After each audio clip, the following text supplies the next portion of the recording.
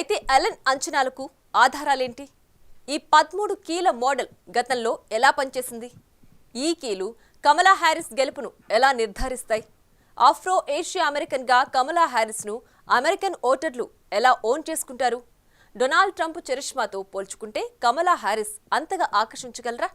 ఇలాంటి ప్రశ్నలన్నిటికీ ఈ హిస్టోరియన్ దగ్గర సమాధానం ఉందని అంటున్నారు. అయితే కమలా హ్యారిస్ గెలుపు ఖాయమనుకోవచ్చా?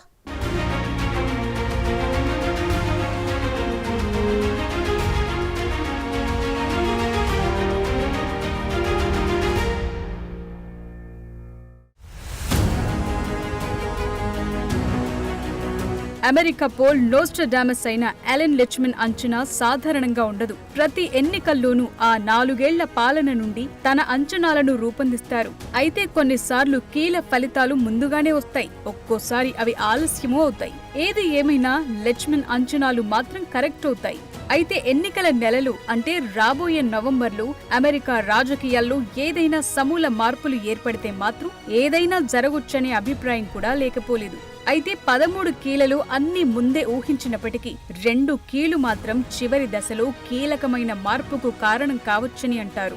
ఈ 2 విదేశాంగ విధానానికి సంబంధించిన విదేశీ సైనిక వైఫల్యం, విదేశీ సైనిక విజయం పైన ఆధారపడి ఉంటుందని అంటారు. అంటే ప్రస్తుతం ప్రపంచంలో నెలకొన్న ఇజ్రాయెల్ హమాస్ యుద్ధంలో కాల్పుల విరమణ, బందీల విడుదలపై ఈ ఎన్నికల్లో కొంత ప్రభావం ఉంటుందని ఊహిస్తున్నారు. అయితే డెమోక్రాటిక్ పార్టీ నుండి అధ్యక్ష అభ్యర్థిగా బైడెన్ స్థానంలో కమలా హ్యారిస్ వచ్చారు కాబట్టి ఈ యుద్ధం ప్రభావం ఎన్నికల ఫలితాలను మార్చకపోవచ్చని లిచ్మన్ భావిస్తున్నారు. 2 విదేశీ మిలిటరీ కీలు డెమోక్రాటిక్ పార్టీ వ్యతిరేకంగా ఉన్నప్పటికీ అవి మొత్తం 5 కీలను మాత్రమే తగ్గించాయని, పార్టీ ఓటమిని అంచనా వేయటానికి 6 ప్రతికూల కీలు అవసరమని అంటున్నారు. ఇక ఈ కీలు ఎలక్టోరల్ కాలేజ్ ని పరిగణలోకి తీసుకుంటాయా లేక ప్రజల ఓట్లను అంచనా వేస్తారా అనే విషయంలోనూ లిచ్మన్ క్లియర్ గానే ఉన్నారు. అమెరికా చరిత్రలో పునర్నిర్మాణం, శ్వేత జాతి ఆధిపత్య విమోచకులు అని ఎవరికైనా ట్యాగ్లున్నా అందులో కొన్ని మినహాయింపులున్నాయని అన్నారు. ప్రస్తుత ఎన్నికల్లో ఈ ట్యాగ్ పెట్టుకుని తిరుగుతున్న డొనాల్డ్ ట్రంప్ విషయంలోనూ ఇదే మినహాయింపు వర్తిస్తుందని అంటున్నారు. ఇటీవలి సంవత్సరాల్లో ప్రజాదరణ పొందిన ఓటు అనూహ్యంగా మారిందని, డెమోక్రాట్లు న్యూయార్క్, కాలిఫోర్నియాలో మాత్రమే మిలియన్ల అదనపు ఓట్లను పోగు చేశారని పేర్కొన్నారు. కాబట్టి ఇవి ఎలక్టోరల్ కాలేజ్లో పెద్దగా లెక్కలోకి రావని అన్నారు. 2016, 2020లో కూడా విజేతలు ఇలాగే వచ్చారని పేర్కొన్నారు. అందుకే జనాదరణ పొందిన ఓట్లను చూడటంలో అర్థం లేదని, నిజానికి 1992 నుండి రిపబ్లికన్లు ఎన్నిసార్లు ప్రజాదరణ పొంది ఓట్లను గెలుచుకున్నప్పటికీ చిన్న మార్జిన్లతో ఫలితాలు తారుమారయ్యాయని లిచ్మన్ చెప్తున్నారు.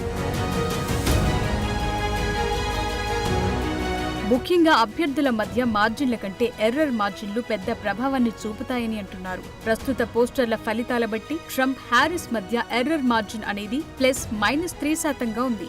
ఇక అమెరికా ఎన్నికల చరిత్రను చూస్తే చాలా మంది అమెరికన్ ఓటర్లు పోస్టర్లను పెద్దగా విశ్వసించారని లిచ్మన్ చెప్తున్నారు. ఎందుకంటే 2016లో పోల్స్టర్లు రిపబ్లికన్ ఓటింగ్ బలాన్ని తక్కువగా అంచనా వేసినప్పుడు ఇలాగే జరిగిందని అన్నారు. ఇక ఇటీవల డెమోక్రాటిక్ ఓటింగ్ బలాన్ని తక్కువగా అంచనా వేస్తున్నప్పటికీ 2024లో జరిగిన మార్క్యూ స్పెషల్ ఎలక్షన్లో న్యూయార్క్ కాంగ్రెస్ సీట్ అయిన జార్జ్ శాంటోస్ ను ఉదహరించారు. గతంలో కోల్పోయిన ఈ సీట్కు ఎన్నికలకు ముందు జరిగిన పోల్లో డెమోక్రాటిక్ కు 1 పాయింట్ పెరిగిందని గుర్తు చేశారు. ఈ ఎన్నికల్లో పోల్ అంచనాలను మించి 7 పాయింట్లు, 8 పాయింట్ల తేడాతో గెలుపు వచ్చిందని అన్నారు. కాబట్టి కమలా హ్యారిస్ విషయంలోనూ ఇలాంటి అద్భుతమే జరిగే అవకాశం ఉందని పేర్కొన్నారు. ఈ నవంబర్ డెమోక్రాట్ల నుండి ఇదే విధమైన పనితీరు కనబడుతుందని లిచ్మన్ భావిస్తున్నారు. అయితే గతంలో రిపబ్లికన్ బలాన్ని తక్కువగా అంచనా వేసినట్లే వాస్తవ ఎన్నికల ఫలితాల ఆధారంగా డెమోక్రాటిక్ బలాన్ని పోల్స్టర్లు తక్కువగా అంచనా వేస్తున్నట్లు లిచ్మన్ చెప్తున్నారు. కాబట్టి లిచ్మన్ రూపొందించిన కీల ఫలితాలు పోల్ డేటాను అధిగమించే కొన్ని ప్రాథమిక అంశాల ఆధారంగా ఉన్నట్లు తెలుస్తోంది.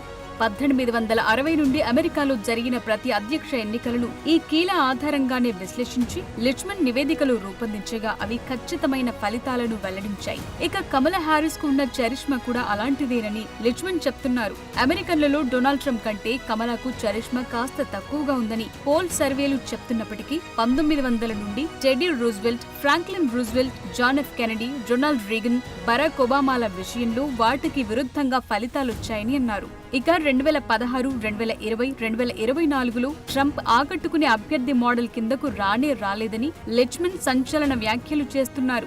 గతంలో ట్రంప్ అధ్యక్షుడిగా తన ఆమోద రేటింగ్ సగటు 41% ఉందని చెప్పారు. ఇది చరిత్రలో ఎప్పుడూ లేనంత తక్కువగా ఉందని అన్నారు. ట్రంప్ తన 2 ఎన్నికల్లో కలిపి 10 మిలియన్ పాపులర్ ఓట్లతో ఓడిపోయారని గుర్తు చేస్తున్నారు. ఇప్పుడు ఇలాంటి పరిస్థితుల మధ్య అమెరికా ఎన్నికలపై ప్రపంచ ఆసక్తి మరింతగా పెరిగింది. అనూహ్యంగా అమెరికా ప్రెసిడెంట్ స్థానంలో ఆఫ్రికా, భారత్ మూలాలున్న యుఎస్ ఉపాధ్యక్షురాలు కమలా హ్యారిస్ వస్తున్నారనే నమ్మకం డెమోక్రాటిక్ పార్టీ అభిమానుల్లో కొత్త ఉత్సాహాన్ని తెచ్చింది. డెమోక్రాట్లు ఆమెకు సహకరిస్తారా అనే సందేహం నుండి దాదాపుగా అందరూ ఆమె అభ్యర్థిత్వాన్ని బలంగా ఆమోదించిన తరువాత తాజాగా అలెన్ లిచ్మన్ అంచనాలతో ఈ గెలుపు ఖాయంగానే కనిపిస్తోంది. అంతెందుకు, నవంబర్లో జరగబోయే అమెరికా అధ్యక్ష ఎన్నికల్లో రిపబ్లికన్ పార్టీ అభ్యర్థి మాజీ అధ్యక్షుడు డొనాల్డ్ ట్రంప్ ను ఓడించగల సత్తా బైడెన్ కంటే ఎక్కువగా ఉపాధ్యక్షురాలు, భారతీయ మూలాలున్న కమలా హ్యారిస్ కు ఉందని పలు సర్వేలు గతంలోనే స్పష్టం చేశాయి. ట్రంప్ నుంచి దేశాన్ని రక్షించాలంటే బలమైన నేతను బరిలో నిలపాల్సిన అవసరం ఉందని, అందుకు కమలా హ్యారిస్ సమర్థవంతమైన అభ్యర్థి అని డెమోక్రాటిక్ పార్టీ నేతలు, ఆ పార్టీకి విరాళాలిచ్చే దాతలు కూడా ఒప్పుకున్నారు. ఈ నేపథ్యంలో యునైటెడ్ స్టేట్స్ వైస్ ప్రెసిడెంట్ గా పనిచేసిన మొదటి ఆఫ్రికన్ అమెరికన్, ఆసియా వ్యక్తిగా కమలా హ్యారిస్ ఇప్పటికే చరిత్రలో నిలవగా, ఈ ఎన్నికల్లో విజయం సాధిస్తే కమలా హ్యారిస్ అమెరికా అధ్యక్ష పీఠాన్ని అధిరోహించిన తొలి మహిళగా చరిత్ర సృష్టిస్తారు.